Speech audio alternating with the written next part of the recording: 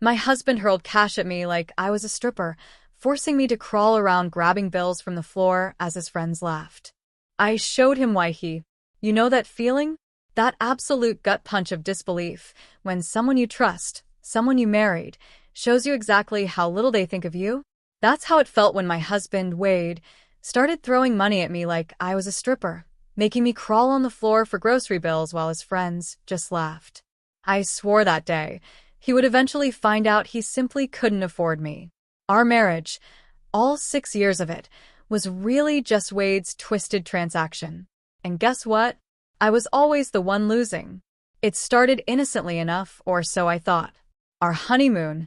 We were in a fancy resort gift shop and I spotted this delicate bracelet, maybe $40. Nothing extravagant. I asked Wade if we could get it. He pulled out his wallet, peeled off a few bills, and then he threw them at me. Just flung them. They fluttered down to the tiled floor, right there in front of the shop clerk. I was so mortified, so embarrassed, my face burning. I just bent down, picked them up, and bought the bracelet without a single word. I told myself it was stress, a weird honeymoon hiccup, a one-off. But oh, how wrong I was. That wasn't a moment. It was a chilling preview of the next 6 years of my life. Wade, he made excellent money, a commercial real estate broker. When we first got married, he convinced me to quit my office manager job. Focus on making our house a home, he'd said, all charm and smiles. I'll take care of everything financially. What he actually meant was he'd control everything financially. I had no access to our accounts, not a single credit card in my own name. Every single thing I needed I had to ask him for. And every single time, without fail, he'd throw money at me. Groceries? He'd toss $100 bill onto the kitchen floor. Make it last, he'd grunt. Gas for my car? A 50 flicked at my lap while he was glued to the TV. New clothes? Because, mine were literally wearing thin. He'd count the bills slowly, almost deliberately, then scatter them on the bed like he was making it rain at some sleazy club. At first, I tried to rationalize it. Maybe it was just his weird quirk. Maybe he didn't realize how deeply demeaning it was. So, I tried to talk to him. I sat him down, looked him in the eye, and explained, as calmly as I could, that it made me feel worthless. Like I wasn't his wife, but an employee. Or worse. And he just laughed. Right in my face. Called me dramatic, oversensitive. Said most wives would be thrilled to have a husband who gave them whatever they wanted, no questions asked. He didn't understand, or maybe he just didn't care, that it wasn't about the money itself. It was the way he gave it to me. Like I was beneath him. Like I should be grateful to grovel at his feet and pick up whatever scraps he tossed my way. It got worse when his friends were around. Oh, that's when he really put on a show. I'd mention needing something and he'd announce, with his smug grin, "Duty calls." He'd pull out his wallet, and his friends would chuckle while I, his wife, crawled around collecting bills off the floor. One of them even had the audacity to call me a lucky woman. Wade, of course, just smirked and said, "She knows it." That was the turning point. I stopped asking for things in front of other people. Then I stopped asking for things at all, unless it was absolutely, critically necessary. I learned to make do. Wore the same clothes for years, gave myself terrible haircuts, stretched groceries until they screamed. And Wade? He didn't even notice. As long as the house was clean, dinner was ready, and I looked presentable at his work events, he couldn't care less what I actually needed. But beneath the surface, a slow, burning anger started to build. 3 years ago, in secret, I started taking online courses at night. Accounting and bookkeeping. Wade went to bed early, slept like the dead, so he never knew I was up until 2 in the morning, hunched over my laptop, studying. I got certified. Then I started taking on small freelance clients. Just a few hours a week at first, working from my laptop while he was at the office, thinking I was just cleaning and cooking. I opened my own bank account. At a different bank, clear across town. Every single dollar I earned went straight into it. Wade had no idea. He thought I was just waiting for him. That account grew, slowly but steadily. After 3 years, I had enough. Enough to leave. Enough for first and last month's rent on a tiny apartment. Enough to survive for 6 months while I built up my client base. And crucially, enough to hire a divorce attorney. The day I left, I waited until Wade was at work. I packed everything that was mine. Nothing of his. I left my wedding ring on the kitchen counter, next to a stack of cash. Every single dollar totaled up to exactly what he'd thrown at me over the past month. Grocery money, gas money, even the $30 he'd tossed at me for tampons, muttering about how expensive it was to be a woman. On top of it, I left a note. It said, "Keep the change." For hours later, my phone rang. It was Wade. He was screaming, demanding to know where I was, saying I had no right to leave, that I'd be nothing without him. I just hung up. And then I blocked his number. The divorce, as you can imagine, was messy. Wade made sure of it. He was furious that I'd been working without his knowledge. Even more furious about what my attorney would eventually reveal. I found Blake Whitfield's information in some old papers I'd kept. His office was in one of those gleaming glass towers downtown, the kind Wade would definitely approve of. I took the elevator to the 14th floor, gave my name to the receptionist. She led me to a conference room with huge windows overlooking the city. Blake walked in 5 minutes later. Tall, maybe in his 50s, with distinguished gray hair and reading glasses hanging from a chain around his neck. He shook my hand, then sat across from me at the polished table. I had brought everything I could find in a beat-up manila folder. My hands were shaking as I pushed it toward him. He opened it, started reading through the papers, making notes on a legal pad. After what felt like an eternity, maybe 10 minutes, he looked up. "How long has this been going on?" he asked. 6 years, I told him. He asked if Wade ever hit me. "No," I said. "Never physically." Blake nodded. "What Wade did," he explained, "is called economic abuse. And it's just as real as any other kind." He wanted to know about Wade's income, his accounts, his assets. But I had to tell him the truth. I had no idea what Wade actually made or where he kept his money. Blake asked if I had any bank statements, and I showed him the few I'd managed to pull from Wade's desk before I left. He studied them. Retirement accounts? Investment properties? Business partnerships? I knew nothing. Wade never told me anything about his finances, not unless he was throwing money at me and telling me to make it stretch. Blake made more notes, then said grimly, "We have a lot of work ahead of us." He explained that because Wade had kept me completely in the dark about our finances, the court would force him to show everything. Every account, every asset, every dollar he earned. Blake told me Wade's attorney had already called, trying to pressure me into taking a small settlement and just walking away. That, Blake said, told him Wade was worried. Worried about what would come out during the legal process. "Are you ready for this to get ugly?" he asked. "Because Wade will fight to keep control however he can." I looked him straight in the eye. "I'm ready," I said. "I've been ready since the day I left." Blake gave me a list of documents to find. Anything with Wade's name or signature that might show money or property I didn't know about. Old tax returns, credit card statements, receipts. Even small pieces of paper, he said, could help build a picture of what Wade was hiding. I left his office that day feeling a strange mix of fear and exhilaration. Like someone finally believed me. Like what Wade did actually mattered, in a way that could be proven. I spent the next week going through every box I'd packed. It was a treasure hunt of sorts, but for something far more valuable than gold. I found tax returns from 3 years ago in a folder I'd grabbed, thinking it had my certification papers. There were bank statements Wade had left on his desk, which I'd, ironically, used as scratch paper for my accounting homework. Receipts from his wallet, found in the laundry, that I'd kept meaning to throw away, but never did. I made copies of everything at the library, then put them in order by date. It wasn't much, but Blake had said to bring whatever I had. I dropped the copies off at his office on Thursday afternoon. The receptionist said he'd review them and call me. Walking back to my car, I felt like I was actually doing something instead of just surviving what Wade had done to me. Friday morning, my phone rang. A number I didn't recognize. I almost didn't answer, but something, a gut feeling, made me pick up. Wade's voice came through, screaming, before I could even say hello. He called me every name he could think of. Said I was trying to destroy him, take everything he'd worked for. I remembered what Blake told me. I quietly opened the voice recorder app on my phone. Wade just kept yelling about how I had no right to his money, how I never earned anything myself, how I was nothing without him. He promised he'd make me pay for this betrayal, make me regret ever thinking I could leave. His voice got louder, meaner, with every sentence. I didn't say a word, just let him talk, let my phone record every single threat. After maybe 5 minutes, he hung up. I saved the recording. My hands were shaking, but I had proof now.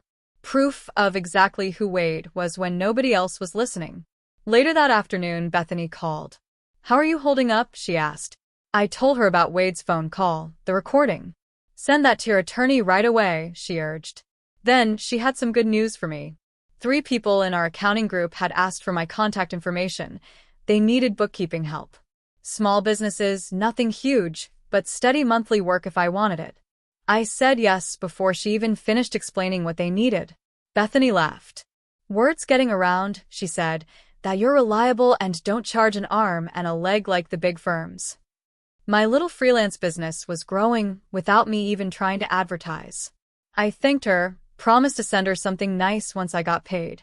She just said, "Just keep being good at what you do and send more clients my way when you get too busy."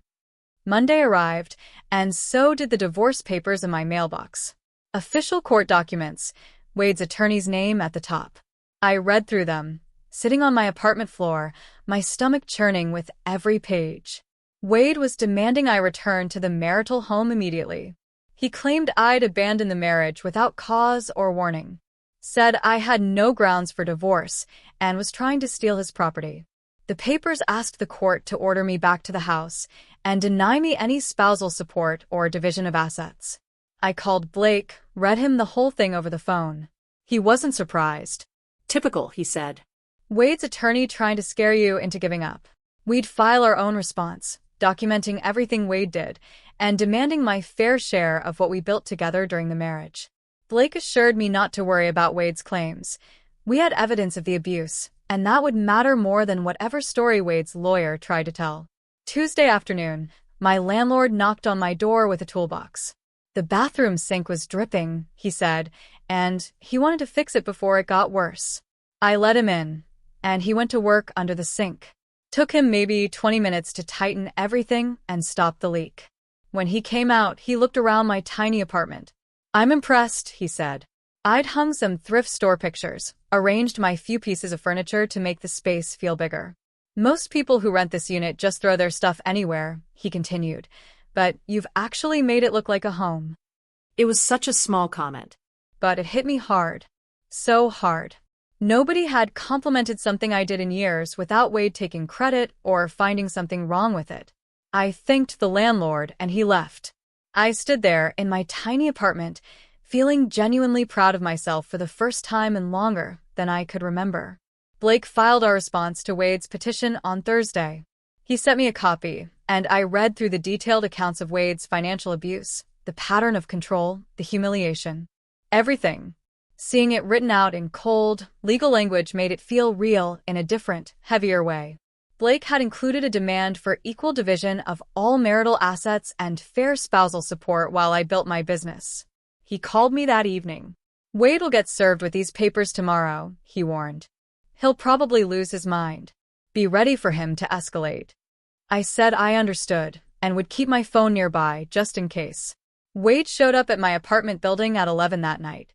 I was getting ready for bed when I heard pounding on my door and his voice shouting from the hallway. "Thief," he yelled. "You stole from me. Open the door right now." I grabbed my phone and dialed 911. The operator answered, and I told her my estranged husband was at my door, threatening me, and that I had a protective order application pending. She said officers were on their way, and to stay on the line. Wade's shouting got louder. "I know you're in there. You can't hide from me." Other apartment doors opened. Neighbors peered out to see what the commotion was about. The police arrived maybe 8 minutes later. I heard them talking to Wade in the hall. His voice changed completely, became calm, reasonable. "I just want to talk to my wife," he insisted. The officers told him he needed to leave and escorted him down to the lobby. One of them knocked on my door, and I let him in to take my statement. He wrote down everything Wade said and did, and told me this would go in the report for my protective order hearing. The next morning, I met Blake at his office to file for a temporary protective order. I brought the recording of Wade's threatening phone call and the police report from last night. Blake listened to the recording twice. "Combined with Wade showing up at your apartment," he said, "we have solid grounds for the judge to grant protection." He filled out the paperwork while I sat across from him, and I signed everywhere he pointed. Blake said the hearing would probably be scheduled within a week, and based on what we had, he was confident the judge would order Wade to stay away from me. We filed the papers at the courthouse that afternoon. Walking out, I felt a surge of empowerment. I'd done everything I could to keep myself safe from the man I used to think would protect me. The protective order hearing was scheduled for Tuesday morning. I showed up at the courthouse with Blake at 8:30, and we sat on a wooden bench outside the courtroom, waiting. Wade arrived 15 minutes later with his attorney, a tall man in an expensive suit who looked like he charged $500 an hour just to breathe. Wade glanced at me once, his face twisted with anger, then looked away. Blake leaned over and told me not to make eye contact or engage with Wade in any way. I nodded, kept my eyes on the floor. When the judge called our case, we walked in and took our seats at separate tables. The judge was a woman in her 50s, gray hair pulled back tight. She looked at the police report, listened to the recording of Wade's threats, and then she looked at Wade's attorney. "Do you have anything to say?" she asked. The attorney stood up, claimed Wade was just upset about the divorce, didn't mean any harm. The judge cut him off. "Showing up at someone's home at 11 at night and pounding on the door while shouting threats," she said, her voice firm, "is not acceptable behavior, regardless of emotional state." She granted the temporary protective order, requiring Wade to stay 500 feet away from me and prohibiting all contact except through attorneys. Blake was right. It strengthened our case. It felt like a small, hard-won victory. 2 days later, my phone rang. A number I didn't recognize. Again. I almost didn't answer, but something made me pick up. It was a man named Mitch. "Bethany gave me your contact information," he said. He owned a small construction company and needed someone to handle his monthly bookkeeping. His previous bookkeeper retired, and he was behind on everything. We talked for 20 minutes about what he needed, and I gave him my rates. He agreed immediately, said he'd email me the contract and first month's retainer. When I hung up, I pulled up my banking app and calculated what that retainer would mean. It was more than Wade used to throw at me for an entire month of groceries. I sat there, staring at my phone, realizing my business was actually, truly, becoming real. The next afternoon, Wade's mother called. "Lorelai." I saw her name on the screen, and my stomach dropped, but I answered. Ignoring her would just make things worse. She was crying before I even said hello. "You're tearing the family apart," she wailed. "You're ruining Wade's reputation. Everyone at church is talking about the divorce, asking questions." She went on, "Wade is a good provider. You should be grateful instead of dragging him through court." I listened to her sob for a full minute. When she finally stopped to take a breath, I spoke. Calmly, clearly. "Lorelai," I said, "Wade's idea of providing was throwing money at me like I was working at a club and making me crawl on the floor picking up bills while his friends laughed." My voice trembled slightly. He controlled every dollar I spent for 6 years and humiliated me every single time I needed something. There was silence on the other end. Then she said, "That's just how men are sometimes. They don't always know how to show affection properly." I hung up. Without saying goodbye. She called back 3 times, but I didn't answer. There was no point. She would never understand that what Wade did wasn't about affection or providing. It was about power. And control. Friday morning, Blake called with more good news. The judge had signed the protective order, making it official and enforceable. And he added, it would significantly help our case in the divorce proceedings because it established a pattern of threatening behavior. Blake explained that his team was preparing discovery requests, demanding documentation of all Wade's income, assets, and financial transactions for the past 6 years. He warned me that Wade's attorney would probably object to most of the requests, because that's what lawyers do when their clients have something to hide. I thanked him, hung up, feeling like things were finally moving in the right direction. That same day, I had my first appointment with a therapist named Elena. Blake had recommended her after I mentioned having trouble sleeping and feeling anxious every time I saw someone who even vaguely looked like Wade. Her office was in a small building near the library, and the waiting room had comfortable chairs and magazines about gardening. When she called me back, I followed her into an office with soft lighting and a couch that didn't look like a typical therapy couch. She asked me why I was there, and I started explaining about the divorce, Wade's behavior. But when I got to the part about him throwing money at me, making me pick it up off the floor, I started crying. Actually crying. Not just tearing up. I couldn't stop. Elena just handed me a box of tissues and waited. When I finally got myself together, I apologized for losing it. She just smiled gently. "There's nothing to apologize for," she said. "What you described is abuse." And saying it out loud probably made it feel more real. And more embarrassing. I nodded because that was exactly how it felt. Like admitting Wade treated me that way meant admitting I let him treat me that way. Elena spent the rest of the session explaining that shame is something abuse victims feel all the time, but the shame, she emphasized, belongs to the abuser, not the victim. "You survived 6 years of someone systematically breaking down your sense of worth," she said. "The fact that you got out and built a new life means you're stronger than you probably realize." Before I left, she gave me some papers with exercises for recognizing when I was blaming myself for Wade's choices.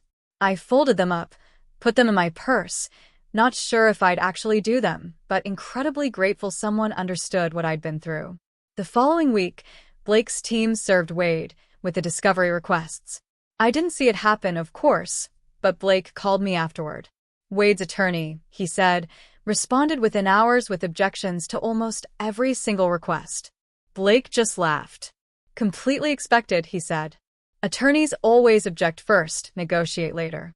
He said we'd file a motion to compel if Wade didn't cooperate, and the judge would force him to turn over the documents. The important thing was that we were putting pressure on Wade to reveal his actual financial situation, not the fake version he wanted everyone to believe. While all the legal stuff was happening, my business kept growing. I landed 2 more clients in the same week, both small businesses needing basic bookkeeping. One was a landscaping company, the other a hair salon. The salon owner found me through my website, and the landscaping company was another referral from Bethany. I did the math. I was now making enough each month to cover my rent and expenses without touching my savings. The feeling was incredible. Every dollar I earned went into my account, with my name on it. Nobody threw it at me. Nobody made me ask permission to spend it. Nobody controlled when or how I could access it. It was mine because I worked for it. And that felt better than any expensive gift Wade ever bought me to show off to his friends. Then, Wade violated the protective order. I woke up Tuesday morning to find 3 emails from an address I didn't recognize. The subject lines were all variations of calling me names. I opened the first one and immediately recognized Wade's writing style. He called me a gold digger, said I never loved him, only married him for his money. He accused me of trying to steal everything he worked for and turn everyone against him. The other 2 emails were more of the same, getting angrier and more threatening with each one. I forwarded all 3 to Blake before I even got out of bed. He called me 20 minutes later. "I'm filing a motion to hold Wade in contempt of court for violating the protective order," he said, his voice clipped. "Judges don't like it when people ignore their orders, and this will only make Wade look worse." That weekend, Bethany called. "Want to go to a networking event for women in accounting?" she asked. It was at a hotel downtown Thursday evening. "Good for your business," she said. I immediately felt a wave of nerves. Wade never let me attend professional events without him. He always said he needed to be there to make sure I represented us properly, which really meant he wanted to control who I talked to and what I said. The idea of going to a networking event alone made my stomach hurt. But I told Bethany yes anyway. I was tired of letting Wade's voice in my head make decisions for me. Thursday came. I drove to the hotel, parked, and sat in my car for 10 minutes, trying to convince myself to go inside. Finally, I took a deep breath, opened the door, and walked in before I could change my mind. The event was in a conference room, maybe 50 women, all talking, eating appetizers. Bethany spotted me right away, waved me over. She introduced me to 3 women who all needed bookkeeping help. We exchanged business cards. Then she introduced me to 4 other women who, over the next few months, became actual friends. Women who understood what it was like to build a career, to deal with difficult situations. Women who didn't judge me for leaving my marriage or ask why I stayed so long. By the time I left that night, I had 3 potential new clients and felt like maybe, just maybe, I could do this whole independent life thing after all. The contempt hearing happened 2 weeks later, on a Thursday morning. Blake told me I didn't have to attend, but I wanted to. I wanted to see what would happen when Wade faced actual consequences for once in his life. We sat in a small courtroom with fluorescent lights that buzzed and made everything look washed out and depressing. Wade walked in, wearing a charcoal suit that probably cost more than my rent. His hair was perfectly styled. He looked like he was heading to close $1 million deal, not answer for violating a court order. His attorney sat next to him, whispering something while Wade nodded with this concerned expression, like he was the victim here. The judge, the same woman from the protective order hearing, did not look impressed. Blake presented the emails Wade sent from the fake account, the recording of his threatening phone call, and the police report from when he showed up at my apartment. Wade's attorney argued that his client was under emotional distress from the divorce and simply wanted to apologize for his past behavior. Wade even stood up when asked to address the court and said he made a mistake, that he still loved me and just wanted a chance to make things right. His voice cracked a little when he said it, and I watched him dab at his eyes like he might cry. The judge looked at him for a long moment without saying anything. Then she looked down at the protective order in front of her and back up at Wade. "Mr. Wade's last name," she said, her voice clear and cutting. "Emotional distress is not an excuse for violating a court order. The order exists precisely because of your pattern of controlling and threatening behavior. And your claim of wanting to apologize rings hollow, given the content of your messages." She fined him $1,000. "And if you violate this order again," she warned, "I will hold you in contempt with jail time." Wade's face went red, and I could see his jaw clench, but he just nodded. "Yes, Your Honor." Walking out of the courthouse, I felt lighter than I had in weeks. Because someone with actual authority had finally told Wade he couldn't do whatever he wanted. 3 days later, Blake called. Wade's attorney, he said, had finally sent the financial disclosures we'd been requesting for over a month. I drove to Blake's office that afternoon, and he spread the documents across his conference table. Even I could see they were incomplete. Tax returns from 3 years ago, but not the last 2. Bank statements from one account, but references to transfers to other accounts that weren't included. A list of assets that seemed way too short for someone who made the kind of money Wade claimed to make. Blake pointed to a line on one of the tax returns, showing income from a real estate partnership, then showed me that the partnership wasn't mentioned anywhere in the asset disclosure. "Wade is either incredibly disorganized with his own finances," Blake said, "or he's deliberately hiding things." Blake told me he wanted to bring in a forensic accountant to analyze what Wade provided and figure out what was missing. The accountant's name was Julian Espinoza, and he specialized in finding hidden assets in divorce cases. Blake said Julian was expensive but worth every penny because he could spot financial tricks that regular people would never notice. I agreed immediately. I'd spent 6 years watching Wade control every dollar, and I knew he had more money than he was admitting. Julian got started right away. He called Blake within 48 hours. Blake put him on speaker in his office while I sat there, taking notes. Julian said the discrepancies were obvious, once you knew what to look for. Wade claimed certain income amounts on his tax returns, but completely different amounts in the divorce disclosures. There were multiple large transfers from Wade's main business account to other accounts that weren't listed in his asset disclosure. Some of the transfers, Julian noted, happened right after I filed for divorce, which strongly suggested Wade was moving money around to hide it from the settlement. Julian found references to 3 different LLCs that Wade owned or partially owned, which weren't mentioned anywhere in the disclosure documents. Blake asked how much money we were talking about.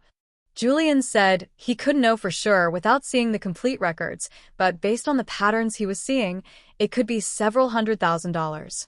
Blake thanked Julian, hung up, then immediately started drafting a motion to compel complete disclosure. "We'll also ask the judge to sanction Wade," he said, "for deliberately providing incomplete information." The motion went into the court system that Friday, and Blake said it would probably take 2 weeks to get a hearing date. The panic attack hit me on a Tuesday afternoon while I was grocery shopping. I turned down the cereal aisle and saw a man in a dark jacket, standing with his back to me, looking at something on a high shelf. He had the same build as Wade, the same way of standing with his weight on one leg. And for a second, my brain was absolutely convinced it was him. My heart started racing, so fast I thought I might pass out. My hands went numb and tingly. I couldn't catch my breath, no matter how hard I tried. The edges of my vision got dark and fuzzy. I abandoned my cart right there in the middle of the aisle and walked as fast as I could to the bathroom, where I locked myself in a stall and sat on the toilet lid, trying not to throw up. It took maybe 15 minutes before I could breathe normally again. When I finally came out, the man in the dark jacket was gone, and I felt like an idiot for falling apart over nothing. I left the store without buying anything and drove straight home. That night, I had an emergency session with Elena over video call and told her what happened. She said panic attacks were a completely normal response to trauma, that my nervous system had learned to associate certain triggers with danger and was trying to protect me even when there was no actual threat. She taught me a grounding technique. Name 5 things you can see, 4 things you can touch, 3 things you can hear, 2 things you can smell, and 1 thing you can taste. She said it helps interrupt the panic response by forcing your brain to focus on the present moment instead of the perceived threat. We practiced it together until I felt steady again. The next morning, Mitch called while I was working on invoices for one of my clients. He asked if I was taking on new bookkeeping clients because his business partner needed help getting their financial records organized. The partner ran a small property management company and had been doing their own books, but it was getting too complicated as the business grew. Mitch said the partner was looking for someone reliable who could handle monthly reconciliations and quarterly reports. It would be steady work, probably 8 to 10 hours a month, and they were willing to pay my regular rate. I told Mitch I'd think about it and call him back. After we hung up, I sat at my kitchen table, staring at my laptop, and realized I had a real decision to make. I currently had 7 active clients, which kept me busy, but not overwhelmed. Taking on Mitch's partner would mean 8 clients. If I kept growing at this rate, I'd need to decide whether I wanted to turn this into a real business with employees and an office, or keep it small and manageable as a solo operation. For the first time in my adult life, the choice was completely mine. Nobody was going to throw money at me and tell me what to do. Nobody was going to make this decision for me or take credit for my success. I could build this into whatever I wanted it to be. I decided to expand. The realization came while I was cooking dinner that night, standing at the stove stirring pasta and thinking about what I actually wanted my life to look like. I wanted financial security that came from my own work, not from depending on someone else. I wanted to help other small business owners, the way my clients had helped me by trusting me with their finances. I wanted to prove to myself that I could build something meaningful. The next day, I started researching how to register an LLC. The process was more complicated than I expected, with articles of organization, operating agreements, and registered agent requirements. I spent 3 days reading everything I could find, making sure I understood each step. Finally, I sat down at my computer with all the forms pulled up and started filling them out. Business name, business purpose, registered address. Every blank I filled in was just my information. My name, my choices, my business. No mention of Wade anywhere. No asking his permission or getting his approval. When I clicked submit and paid the filing fee with my own debit card, I felt something shift inside me. Like I was planting a flag on territory that belonged only to me. Wade's attorney produced additional financial records 2 weeks later, after the judge threatened sanctions at the hearing. Blake had argued that Wade's initial disclosure was deliberately incomplete, and the judge agreed, giving Wade's attorney 1 week to provide everything or face monetary penalties. The new documents arrived in a large envelope that Blake's assistant had to sign for. Blake called me to come to his office, and we went through everything together while Julian joined us on speakerphone. The additional records included bank statements for 2 accounts Wade hadn't mentioned before, documents for the 3 LLCs Julian had identified, and income records from side deals Wade had done in his real estate business. Julian went quiet on the phone for a minute while he reviewed the information Blake was describing. Then he said, "This is fraud." Wade had been systematically underreporting his income and hiding assets throughout our marriage. The side deals alone represented tens of thousands of dollars that never appeared in the original disclosure. Blake asked what this meant for the asset division. Julian said it meant I was entitled to half of the real marital estate, not the fake, reduced version Wade tried to claim. Blake looked at me across his conference table and said, "This changes everything." We had proof Wade had been lying about his finances, and the judge would not react well to that kind of deception. Lorelai started calling me the day after the judge threatened Wade with sanctions. The first voicemail was her crying about how I was destroying her son's life over money. The second one was angrier, saying I was a gold digger who never appreciated what Wade gave me.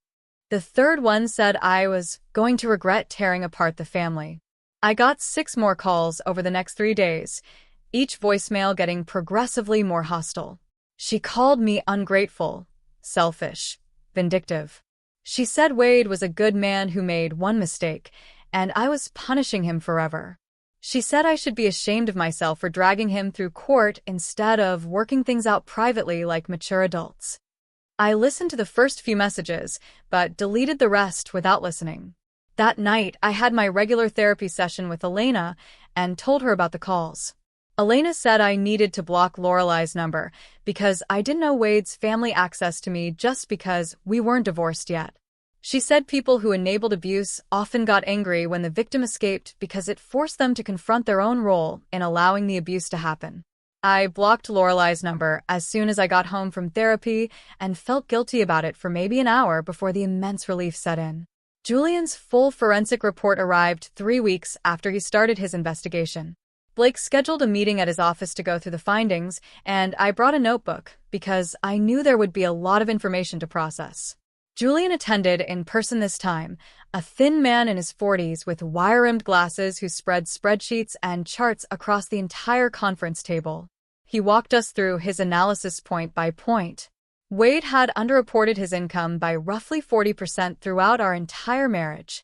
He had money in accounts I never knew existed, including one offshore account in the Cayman Islands that held over $80,000.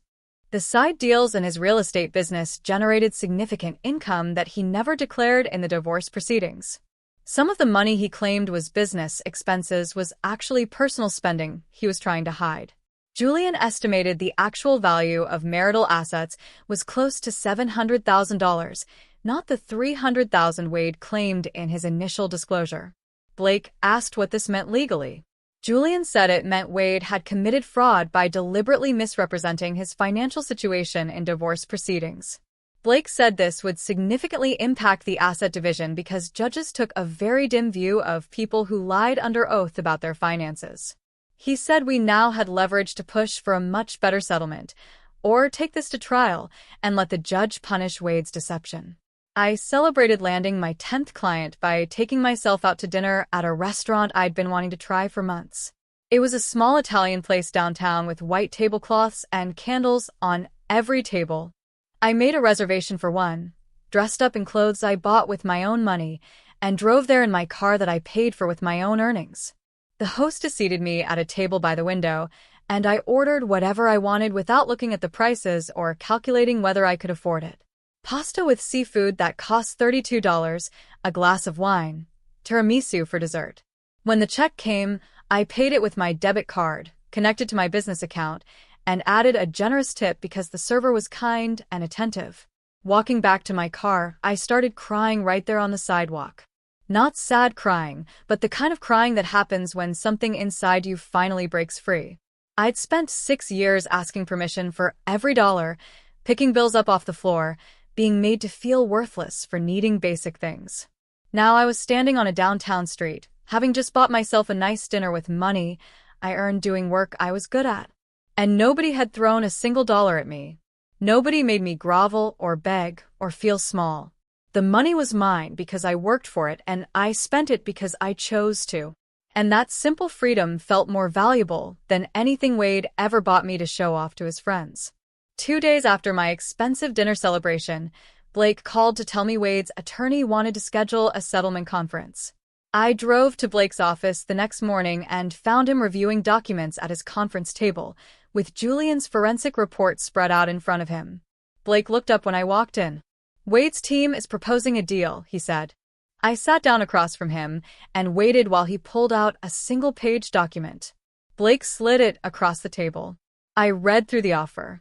Wade would pay me $50,000 as a one-time payment, and I would sign away all claims to his business assets, his retirement accounts, and any future spousal support. Blake tapped the paper with his pen. "This is insulting," he said, "given that Julian's investigation showed Wade had hidden over $300,000 in assets that should be split between us." I asked Blake what he thought I should do, and he said we needed to counter with something that reflected what I was actually entitled to under the law. I told Blake to reject the offer. He nodded, like he expected that answer. Blake spent the next hour drafting our counter-demand. We asked for half of all marital assets, including every account Julian had uncovered, plus temporary spousal support while I built up my business to full sustainability. Blake sent the counteroffer that afternoon, and Wade's attorney called him back within 2 hours. I was still at Blake's office, finishing up paperwork, when his phone rang. He put it on speaker, so I could hear. Wade's attorney said our demands were extortion, and that we were trying to punish Wade for being successful. Blake leaned back in his chair and, with a slight smile, told Wade's attorney that calling it extortion meant we were finally negotiating from a position of strength, which was exactly where we wanted to be. The call ended. "This is good," Blake said. "It means Wade is scared of what Julian found." Bethany called me that weekend and asked if I want to help setting up a real website for my bookkeeping business. I met her at a coffee shop downtown, and she brought her laptop with examples of sites she liked. We spent 3 hours picking colors and fonts and writing descriptions of my services. Bethany knew how to make everything look professional without being too fancy or expensive. She registered a domain name for me and had the site live by the end of the day. I paid her for her time, but she said it was a friend discount and I should just take her to dinner sometime.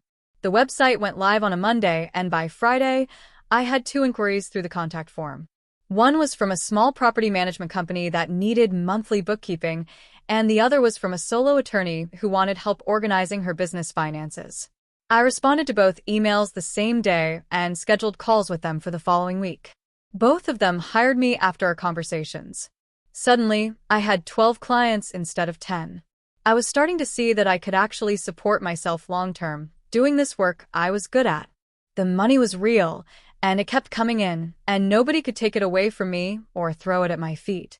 3 weeks after Blake sent our counter-demand, I received a notice that the court was ordering mediation before we could proceed to trial. I called Blake from my apartment and asked what this meant. He explained that the judge wanted us to try settling the case with a neutral mediator before taking up court time with a trial. Blake said this was standard procedure, but it meant I would have to be in the same room as Wade, even with the mediator and attorneys present. I felt my stomach drop, a cold wave of dread. I hadn't seen Wade in person since the day I left. Blake asked if I was okay with attending mediation, and I told him I didn't have a choice if the court ordered it.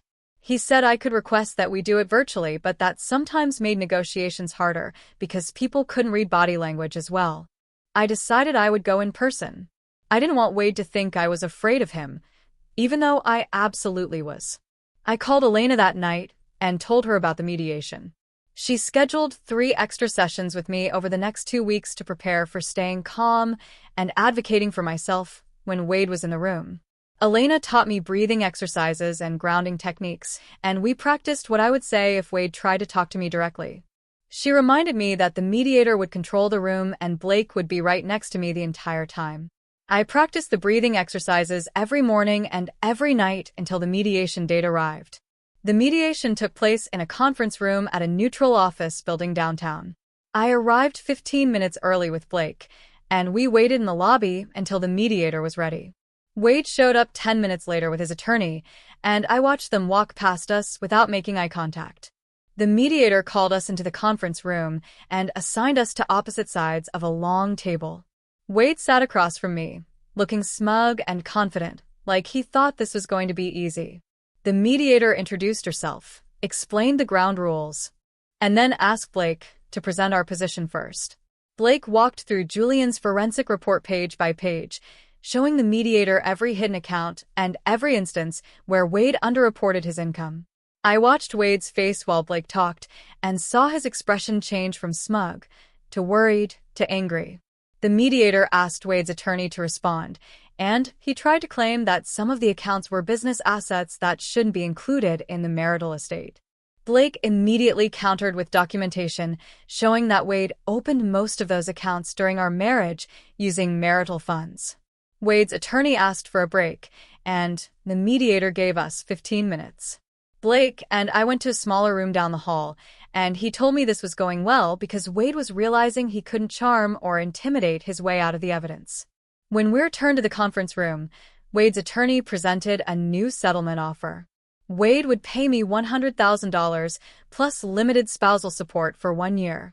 Blake looked at the numbers, then looked at me. I shook my head. Blake told the mediator that this was still far less than half of what Wade actually had, and we were rejecting the offer.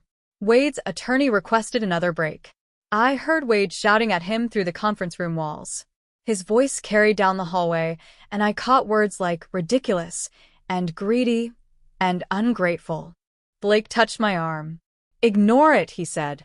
Wade's losing control. That means we have leverage. The mediator came back and said Wade's attorney needed more time to consult with his client. We waited for another 30 minutes before they returned to the conference room. Wade looked furious and wouldn't make eye contact with anyone. His attorney said they weren't prepared to offer anything higher and we should proceed to trial if we couldn't agree. The mediator tried to find middle ground, but Blake said we weren't negotiating against ourselves, and Wade needed to make a serious offer that reflected reality. The mediation ended without agreement after 6 hours of back and forth.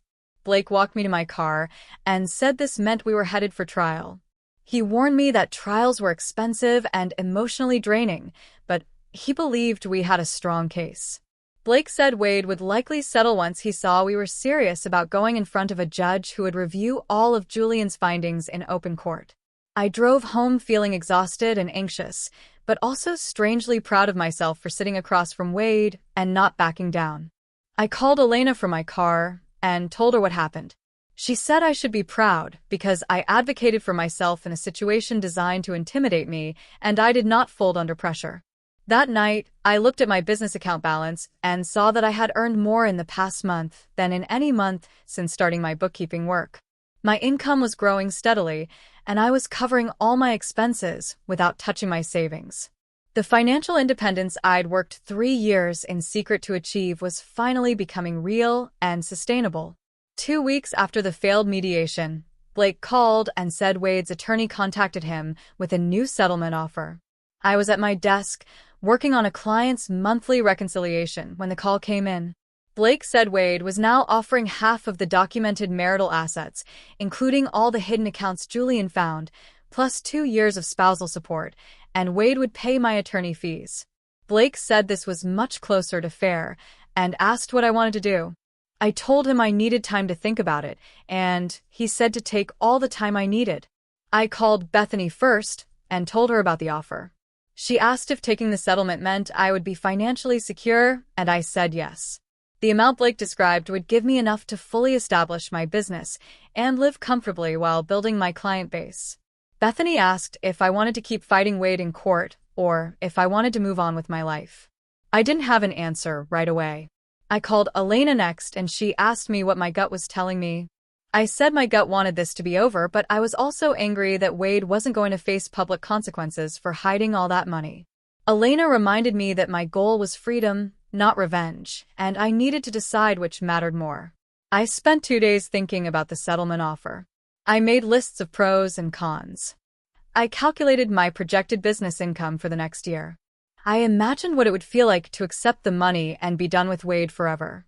I also imagined what it would feel like to go to trial and watch Wade squirm while a judge reviewed his fraud in open court.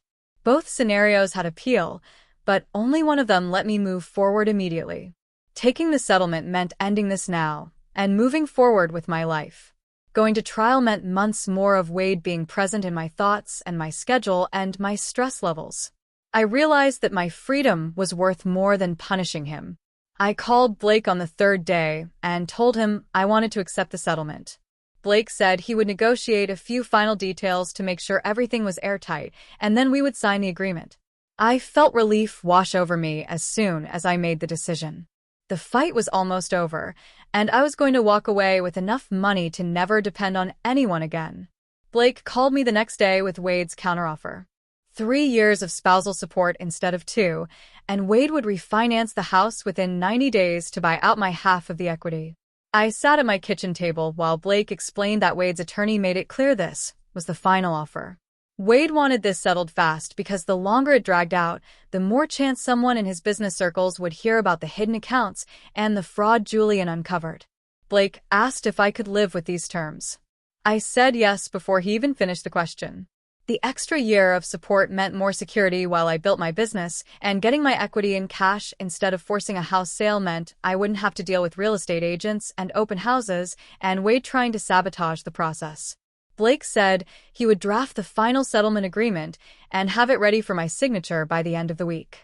5 days later, I walked into Blake's office to sign the settlement.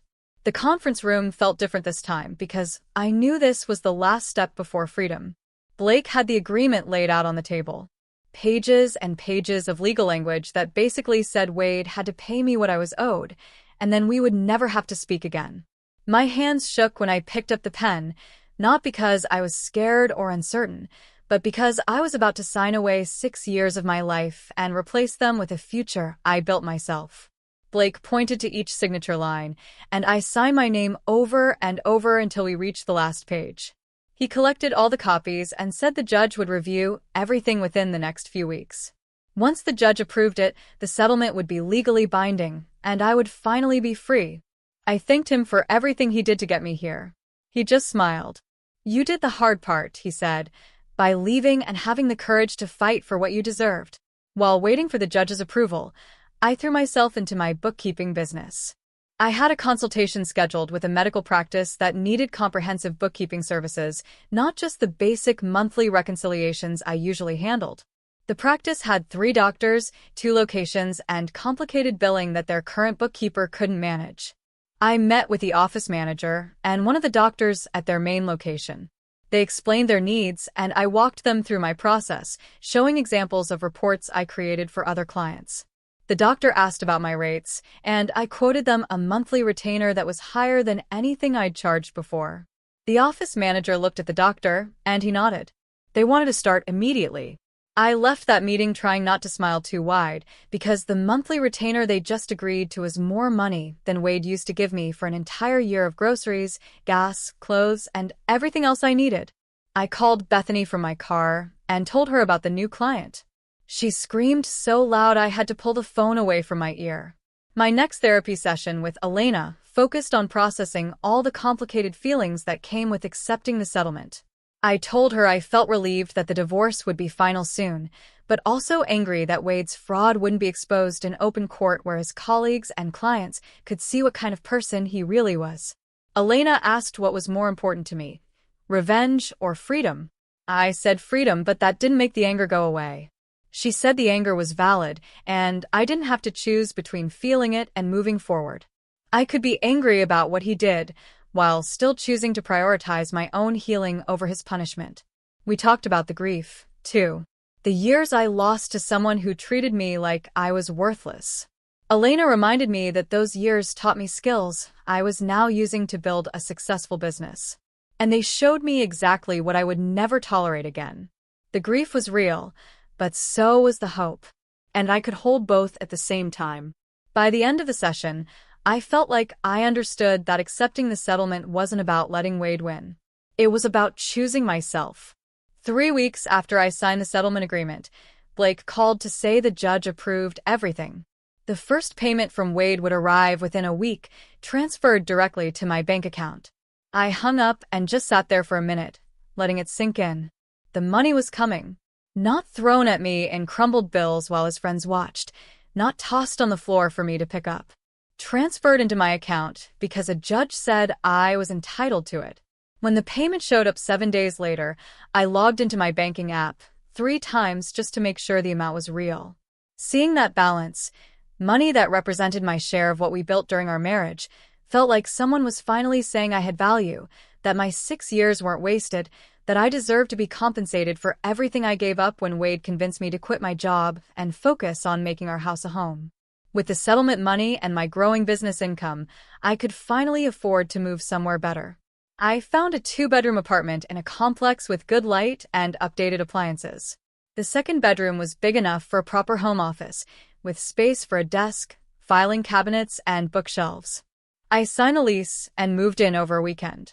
Setting up my dedicated workspace made my business feel official in a way it never had when I was working from my laptop at the kitchen table.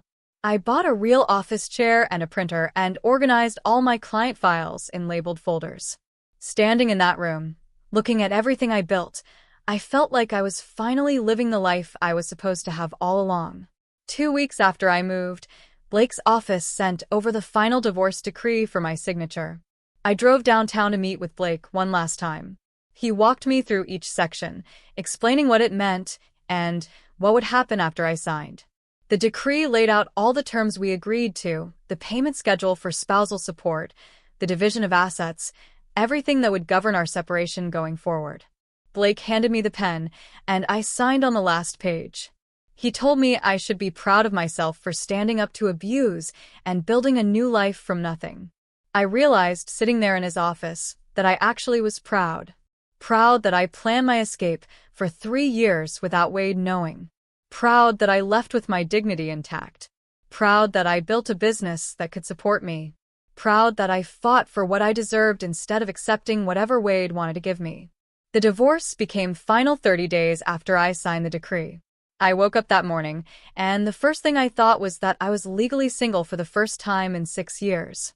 No longer Wade's wife, no longer tied to someone who treated me like I was beneath him. Just me. With my own name and my own life and my own future. The relief hit me so hard I had to sit down on the edge of my bed and just breathe for a minute.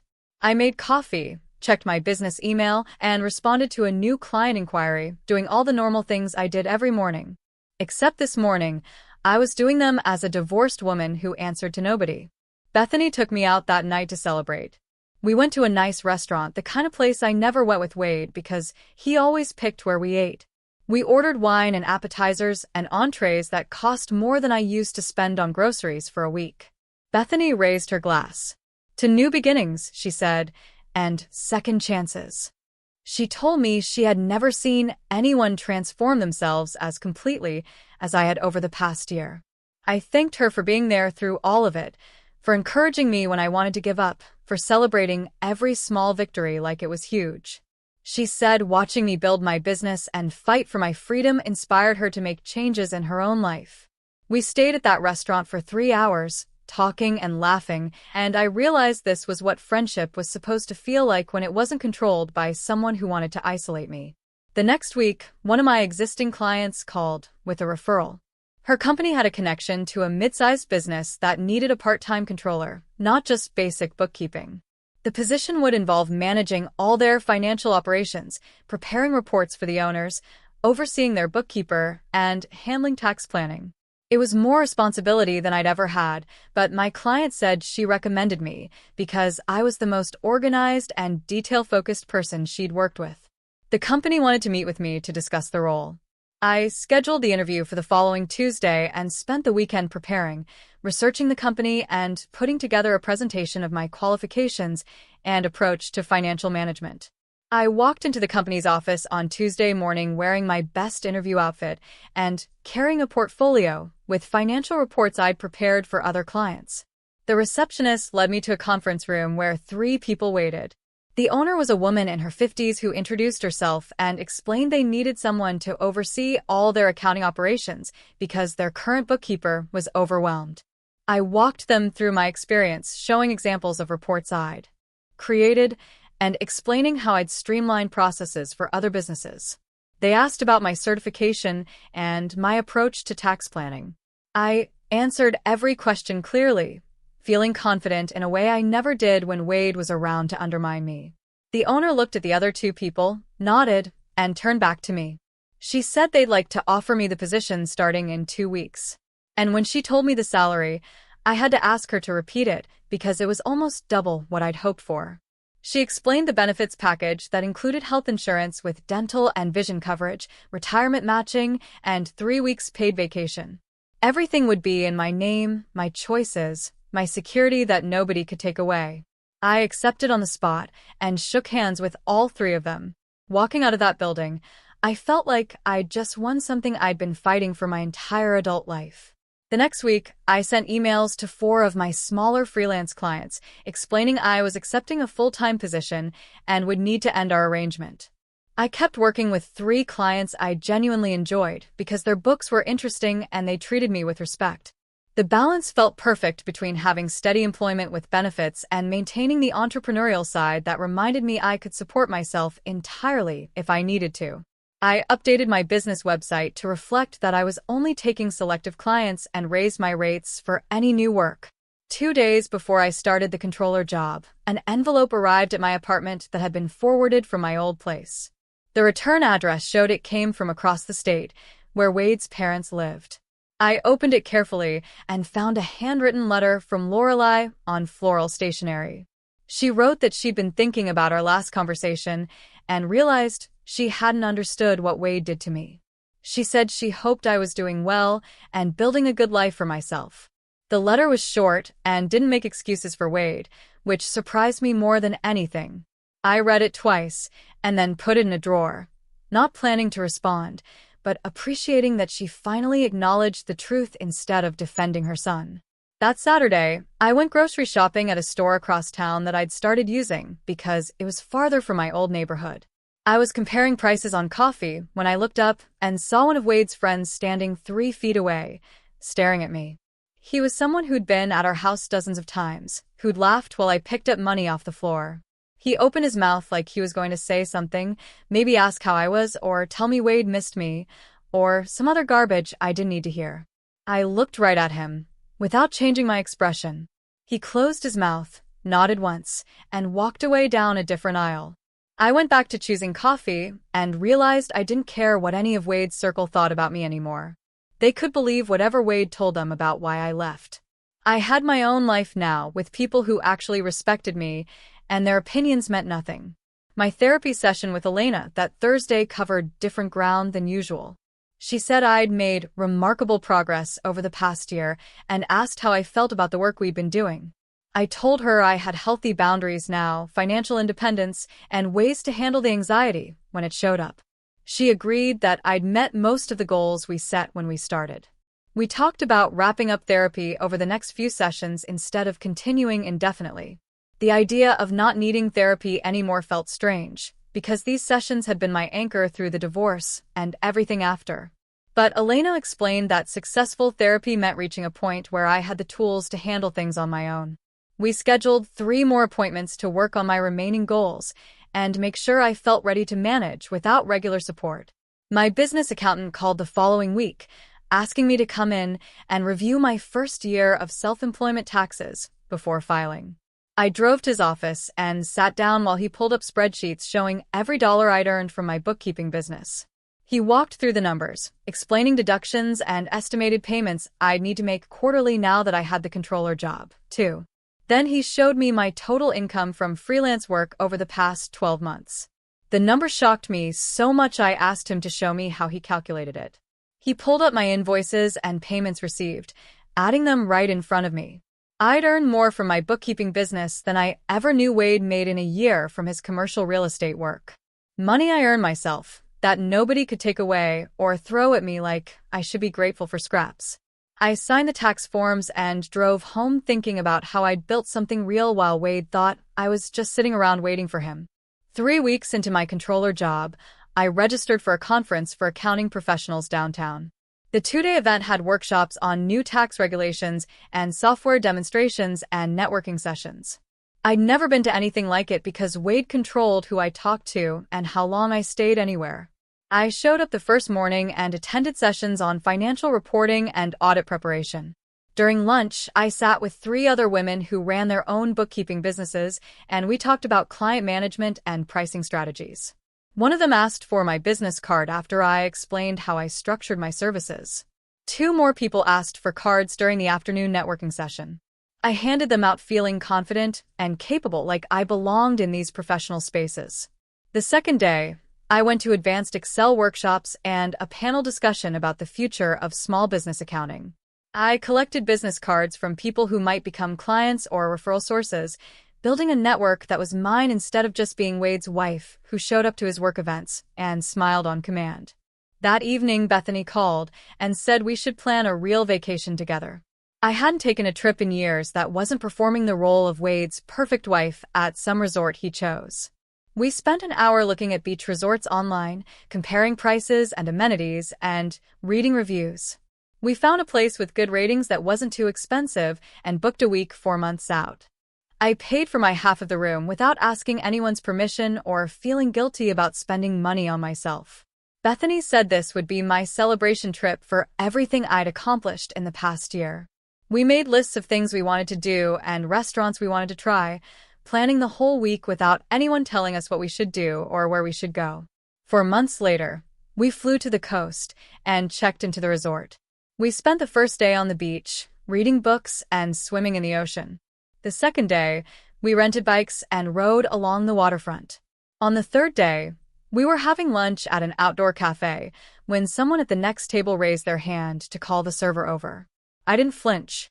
I noticed it immediately because for years, I'd tensed up whenever anyone made sudden movements with their hands, always expecting Wade to throw something at me. But I just kept eating my sandwich without any reaction at all. That evening, we went shopping in the resort town, and I looked at jewelry and clothes without calculating the cost of everything or waiting for someone to make me grovel for what I wanted. We had dinner at an expensive restaurant, and I ordered what sounded good instead of choosing the cheapest thing on the menu. Walking back to the resort that night, I realized the healing had happened. So gradually, I didn't notice it was working until I saw how different I felt from the person who used to pick up bills off the floor while Wade's friends laughed. 6 months after I started the controller job, my boss called me into her office. She said the company was growing faster than expected and they needed someone to take on expanded responsibilities. She offered me a promotion to senior controller with a significant raise and oversight of 2 new staff members they were hiring. She told me I was the most detail-oriented financial professional she'd worked with, always catching errors before they became problems and finding ways to improve their processes. I accepted the promotion and thanked her for the opportunity. Walking back to my desk, I thought about how Wade's control had forced me to develop exactly these skills. I'd learned to track every penny, notice inconsistencies, and manage complex financial situations because I had to survive on whatever Wade decided to give me. The abilities that came from suffering through his abuse were now the foundation of my professional success. And he would hate knowing that his cruelty had made me better at something than he ever was. I spent 2 months researching cars online, comparing prices, and reading reviews about reliability and safety ratings. I made spreadsheets tracking maintenance costs and fuel efficiency because I wanted to make the smartest choice possible with my own money. The dealership I chose was small and family-owned, not one of those high-pressure places where salespeople follow you around. I test drove 3 different models before deciding on a silver sedan that was 3 years old but had low mileage and a clean inspection report. The finance manager walked me through the paperwork, and when I signed my name on the loan documents, I noticed my hand wasn't shaking at all. This was my credit, my choice, my responsibility, and nobody could take it away or throw the keys at me like I should be grateful. Driving off the lot that afternoon, I kept glancing at myself in the rearview mirror because I looked different somehow, more solid and real than I had in years. The car wasn't fancy or impressive, but it was mine in a way nothing had been mine during my marriage to Wade. I parked it in my designated spot at the apartment complex and sat there for a few minutes just looking at it, feeling this quiet satisfaction that didn't need anyone else's approval or validation. 3 weeks later, I walked into Elena's office for what we'd agreed would be our last regular session. She asked me to reflect on where I was when we started compared to now, and I told her about the car and the promotion and how I'd stopped flinching when people made sudden movements. She smiled and said the growth I'd shown was remarkable, that most people who leave abusive situations take years longer to reach this level of independence and self-awareness. I thanked her for helping me see that leaving Wade wasn't the end of my story, but the beginning of the life I was meant to have all along. She reminded me that I'd done the actual work. She just provided tools and guidance, and the strength to use those tools came from inside me. We talked about what to watch for in terms of potential setbacks or triggers, and she gave me her card with instructions to call if I ever needed a tune-up session. Walking out of her office building that day felt different from all the other times because I wasn't going back next week. I was moving forward on my own, with all the skills she'd helped me develop. I sat in my car before driving home and realized I wasn't scared of managing my mental health without regular therapy appointments, which meant the healing had worked deeper than I'd understood. A year after the divorce was finalized, I was sitting in my home office on a Saturday morning, reviewing financials for 3 different clients. The sun was coming through the window, warming my desk, and I had coffee in my favorite mug that I'd bought myself without asking permission or calculating if I could afford it. I finished reconciling accounts for the medical practice and moved on to the construction company's quarterly taxes. And somewhere in the middle of updating their expense categories, I realized I was genuinely happy. Not performing happiness for someone else or pretending everything was fine when it wasn't, but actually content with the life I'd built from nothing. My apartment was small, but it was mine, decorated how I wanted without anyone criticizing my choices. My business was growing steadily, with clients who respected my work and paid me fairly. My job as senior controller gave me financial security and health insurance that nobody could take away. I had friends who actually knew me instead of just knowing Wade's wife. And I had skills and confidence I developed entirely on my own. The happiness wasn't loud or dramatic. It was quiet and steady, like finally being able to breathe all the way down to the bottom of my lungs after years of holding my breath. That afternoon, I was responding to client emails when a new message came in from someone I didn't recognize. The subject line said, "Financial consulting question." And when I opened it, a woman named Sarah explained that she'd found my website while searching for help. She was trying to leave a controlling relationship, but had no access to money or credit, and she wanted to know if I did financial consulting for people in abusive situations. I read her email 3 times, seeing my own story reflected in her words about being cut off from accounts and having to ask permission for basic necessities. I hit reply immediately. "Yes," I wrote. "I'd be honored to help. And my first consultation is free because I understand exactly what you're facing." I explained that I'd been where she was and made it out, and I could help her create a plan for building secret savings and establishing independence. Writing that email, I felt something shift inside me, like the last piece of my healing falling into place. My suffering with Wade hadn't just been pointless cruelty. I survived. It had given me specific knowledge and experience I could use to help other women escape the same trap. Sarah wrote back within an hour, asking when we could meet. I scheduled her for the following Tuesday evening. Closing my laptop that night, I thought about how Wade probably assumed destroying me was his legacy.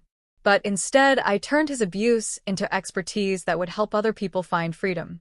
And that felt like the best possible ending to what he tried to make me believe was my story. What about you? Have you ever had to fight to reclaim your independence, or found your strength in the most unexpected places? I'd really love to hear your thoughts and experiences in the comments below.